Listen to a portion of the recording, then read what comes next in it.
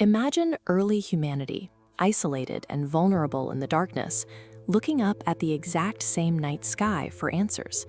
They faced the same existential fears and the same physical universe, yet humanity followed two distinct tracks of understanding. In the West, this curiosity produced a pantheon of loud, emotional deities who acted like exaggerated, highly strung versions of humans. In the East, the result was a collection of quiet, transcendent spirits, beings whose moral perfection made them feel entirely separate from human nature. These opposing mythologies offer the first recorded evidence of a split in human psychology, representing two distinct paths of social development. The physical manifestation of Western gods prioritized muscularity and aesthetic perfection, creating an idealized version of the human form. But inside these immortal bodies were the same flaws we find in ourselves: lust, jealousy, and a capacity for sudden wrath. Eastern deities often looked different, sometimes rejecting human aesthetics entirely to appear as hybrids, like the goddess Nuwa, who possessed the body of a serpent.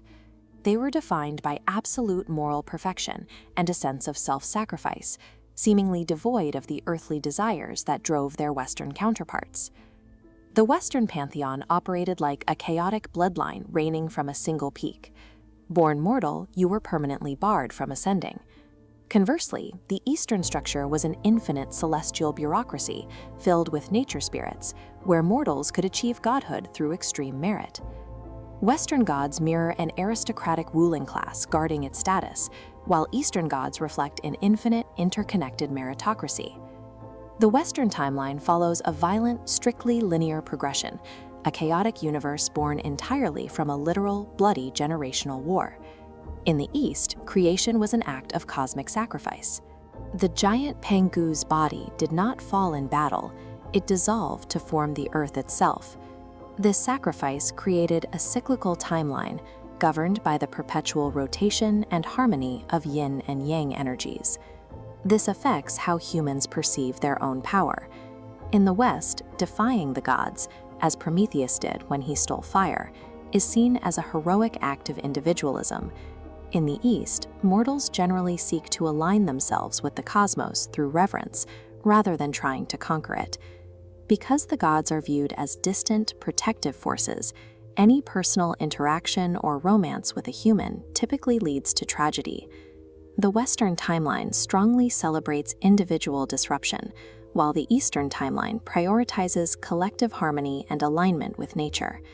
How did two populations, starting with the same sky, build such opposite versions of the universe? The divergence begins with the terrain. Early Western civilizations emerged in a fractured landscape of scattered islands and stormy seas. To survive this harsh maritime geography, early people had to embrace aggressive trade, fierce competition, and dramatic individual heroism. This individual struggle shaped their myths, producing a chaotic, competitive pantheon that perfectly mirrored their reality. The Eastern environment was defined differently, by sprawling plains and immensely powerful, flood-prone rivers. Survival here depended on collective effort, massive agricultural projects, and flood control systems, like those attributed to the legendary Yu the Great.